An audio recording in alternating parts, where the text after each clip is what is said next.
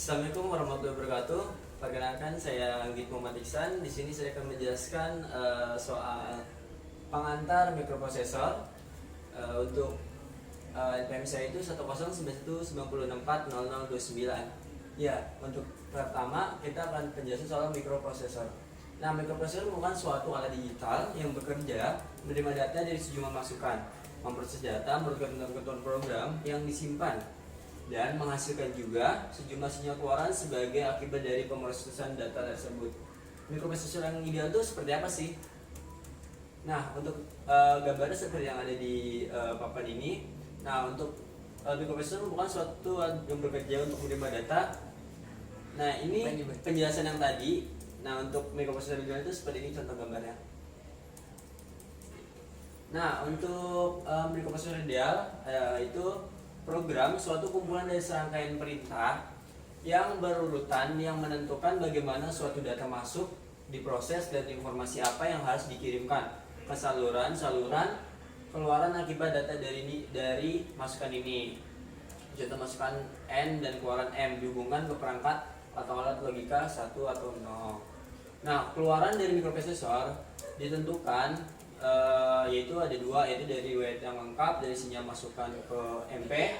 Sampai saat ini duanya program yang disimpan. Contoh aplikasinya itu kayak sistem komputer. Untuk mikroprosesor itu untuk mengendalikan lampu lalu lintas dengan sistem yang cerdas gitu. Nah, untuk bus data untuk mikroprosesor sendiri pada kenyataannya tidak seperti MP ideal, ada keterbatasan saluran N, M, dan program atau serta memori yang disimpan. Biasanya N sama dengan M, lebar jejak data, ukuran kata atau word size. Terus saluran N dan M untuk mengangkut data ke dan dari MP bus data. Contohnya satuan bit yaitu 8 bit sama dengan 1 byte, 4 bit sama dengan 1 nil. Nah, untuk selanjutnya ini seperti ini contoh gambarnya. Untuk gambar mikroprosesor 8 bit seperti yang ada di sini. Lanjut.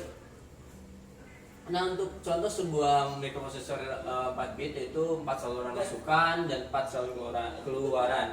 Simbol bisa dilihat pada gambar seperti yang di samping ini. Nah, untuk pengenalan biner, okta, dan heksadesimal, nah ini pasti digunakan dalam mikroprosesor. Untuk seperti gambar yang di samping ini, untuk D7 sama dengan MSB, D0 sama dengan LSB. MSB itu kayak 11101011 ke LSB ditulis dengan cara 11101011B atau 1110101112. Nah, untuk yang dua sendiri ini dia menggambarkan dia biner, dan untuk yang kata B itu konversinya ke heksadesimal. Nah, untuk angka oktal sendiri itu berbasiskan 8, yaitu mengenalkan dari 0 sampai dengan 7. Nah, untuk contohnya itu seperti ini, 11101011B. Nah, itu dari biner itu dipindahkan ke oktal, akan itu seperti ini, 353Q atau 3538 gitu. Terus untuk heksadesimal itu bilangan berbasiskan 16. Contohnya seperti gambar di samping. Terus untuk konversi binernya ke heksa itu 1101111. Untuk biner dan heksadesimal seperti yang di situ E dan B. Untuk akan ditulis seperti ini, EBH atau EB16 lebih ringkas dan lebih efisien dalam penulisan daripada binernya. Jadi kalau biner itu penulisannya seperti ini, lebih panjang. Nah, untuk heksadesimal cuman menggunakan huruf, kalau di atas kan 9. Nah, untuk bus data dua arah itu mengapa sih dia dua arah? Itu untuk efisiensi ruang dan bentuk sebuah mikroprosesor dan penyematan pinnya. Di bin pengontrol seperti gambar yang di samping ini untuk mikroprosesornya.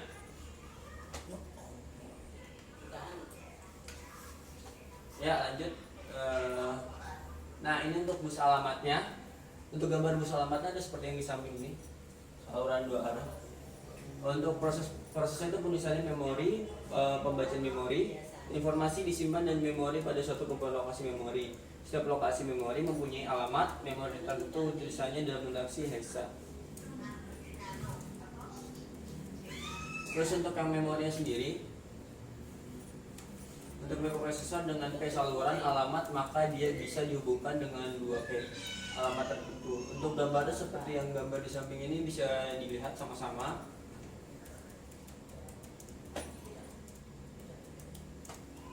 Nah, untuk address word, nah ini kata alamat address word dalam suatu mikroprosesor biasanya dinyatakan dalam heksadesimal lebih simpel daripada binarnya. Contohnya seperti ini untuk bus alamat 16 bit dari A0 sampai A15 dengan alamat busnya 11100111111111111 akan equivalent dengan seperti yang digambar di samping. Untuk penulisannya lebih simpel seperti ini, jadi E3 FF dan binar ke hexa dikonversikan.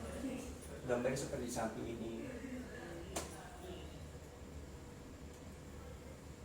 Nah, untuk ruang memori sendiri itu seluruh kumpulan dari lokasi untuk penyusunan ruang memorinya yang dapat dihubungi menggunakan notasi hexa.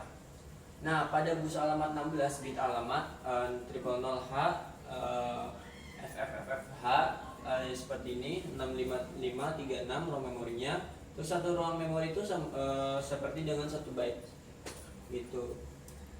Untuk gambarnya ada di samping ini penjelasan gambarnya. Nah, untuk pemahaman tentang ruang memori, misalnya seperti 400000 sampai dengan 0 FFF sama dengan 4 KB, terus seterusnya seperti yang ada gambar seperti yang digambar ini penjelasannya. Nah, untuk gambarnya, untuk contoh gambarnya ada seperti di samping saya seperti ini.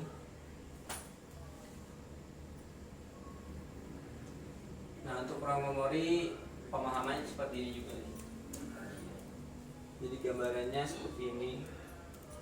Satu halaman itu satu pixel sama dengan 0,5 kilobyte per satu page-nya. Lanjut. Nah, untuk bus pengendali itu mengendalikan dua bus yang lain. Pengendalian masukkan dan keluaran menyerupakan dengan perangkat luar, misalnya Debian pengendali bus data dua arah. Seperti ini gambarnya.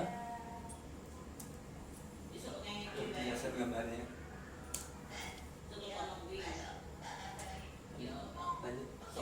Nah, untuk mikroprosesor secara umum terdiri dari seperti ini untuk gambarannya. Untuk proses kerjanya bagaimana, perlu memori bisa internal atau eksternal, bisa dilanjut. Nah, untuk penjelasan seperti ini, jadi bus pengendali memasukkan pengendalian catu dayanya, saluran bus data dua arahnya, dan bus alamatnya gitu. Ya, cukup sekian penjelasan dari saya. Untuk kurang lebihnya mohon maaf. Wassalamualaikum warahmatullahi wabarakatuh.